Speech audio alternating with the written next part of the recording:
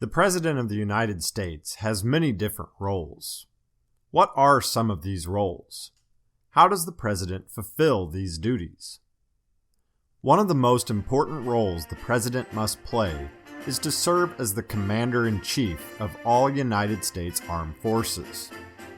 This does not mean the President actually commands troops in battle, but the Constitution gives the President final authority over the military's actions. The President may use this authority to send troops wherever he or she feels necessary. This power also makes the President the lone individual in the United States who has the authority to launch nuclear weapons. However, the President does not have the power to declare war.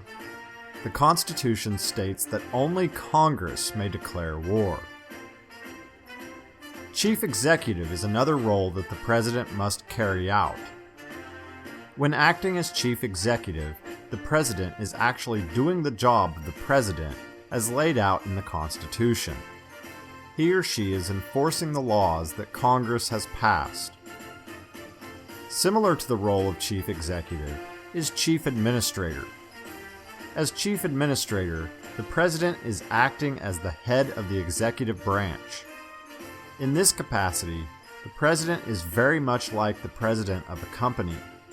There are more than 2.7 million civilians employed by the various agencies within the federal government, and the President is the boss. Another role played by the President is Chief of State. This means that the President is the ceremonial figurehead of the government. This means that when leaders of foreign nations visit the United States, the President will greet them and act as the nation's representative. In the role of Chief of State, the President will also carry out the ceremonial duties of the presidency, such as delivering the annual State of the Union address. In some nations, the Chief of State is not necessarily the Chief Administrator. For example, in the United Kingdom, the King or Queen would be the Chief of State, while the Chief Administrator would be the Prime Minister.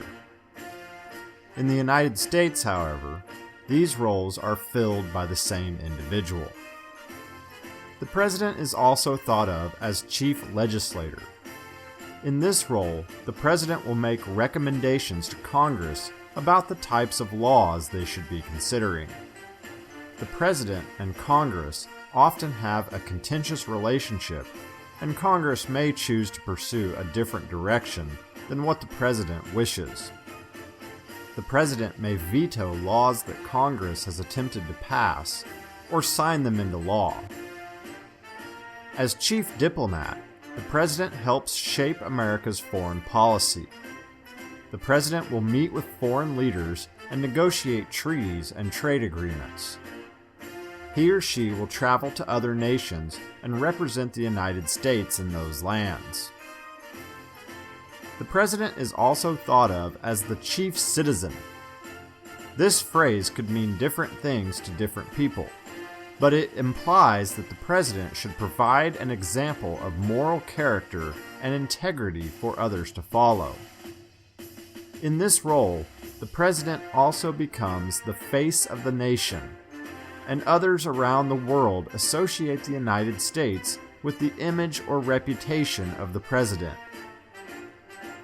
Finally, the President serves as the chief of the party for his or her own political party.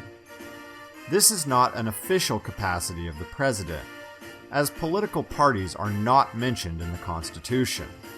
However, it is generally accepted that the President is the head of the political party that he or she belongs to.